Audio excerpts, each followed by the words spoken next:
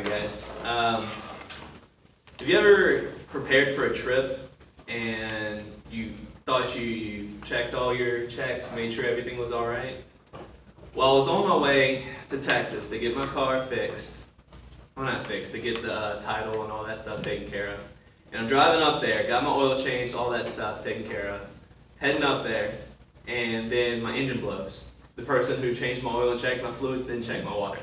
Engine completely blew at 4 o'clock in the morning. So I'm in Shreveport at 4 o'clock in the morning, sitting on the side of the road. There's a camera that watches the streets, and all they see is me sitting on my car next to the interstate playing my guitar. So that brings me to the point of this speech, was this is my favorite thing in the world. When I was 14, I worked at a turtle pond and a cane field to save up for this after school. And it took me about all summer to raise the money and pay for it. My dad's a guitarist, so I got to watch him play most of my life. And he was more of a do-it-yourself, learn-yourself kind of guy, so whenever I bought my guitar, I worked really hard to learn it. I just want to tell you a little bit about the guitar a little bit. This is a Dreadnought. It means that it's bigger than most guitars. Most guitars will be a little bit smaller. It's made by one of the cheapest brands in the world, Rogue. It's not as bad as First Act, but still, it's pretty solid.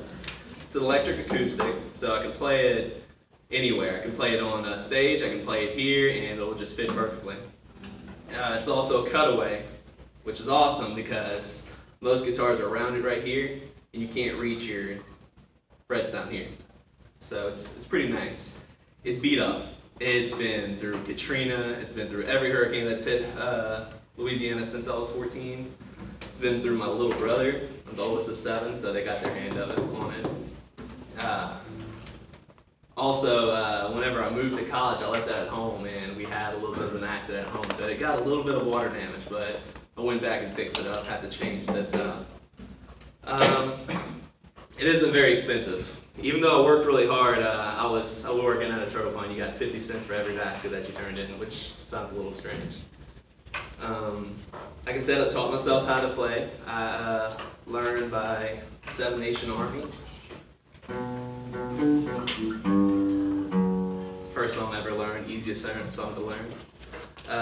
It made me a lot of money while I was first starting college, well, second year in college because I went back and got it. I did some busking in New Orleans. If you guys ever been to the French Quarter and saw those guys sitting on the side of the road playing guitar or playing their random instruments, I had a top hat out and got about $50, $60 a weekend doing that. Only played for 3 hours. I use this guitar, I don't use it anymore because it's so beat up, but I used it for a lot of church performances, a lot of worship services, stuff like that. It's been pretty faithful. It's just getting old. And I plan on keeping this for the rest of my life because one day I'm going to have kids who are going to want to learn guitar, and they're not going to learn on this one. But it's something that I can show them. It's something that shows what I've been through. It's something that shows what it's been through.